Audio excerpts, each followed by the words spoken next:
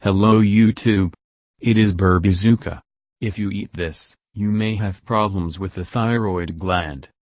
Diseases of the thyroid are dangerous because at the initial stages they are asymptomatic and the person does not suspect anything and does not address the doctors.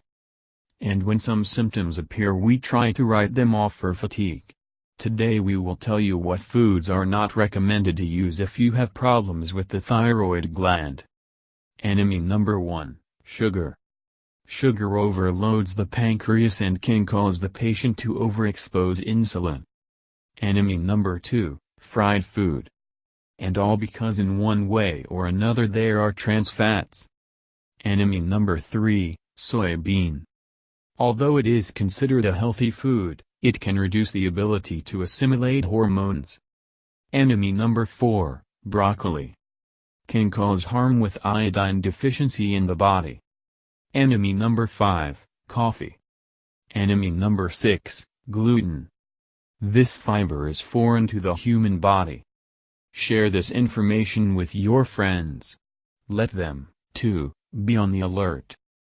Thank you for your time and attention listening to me. Don't forget to hit the like button and subscribe to our channel.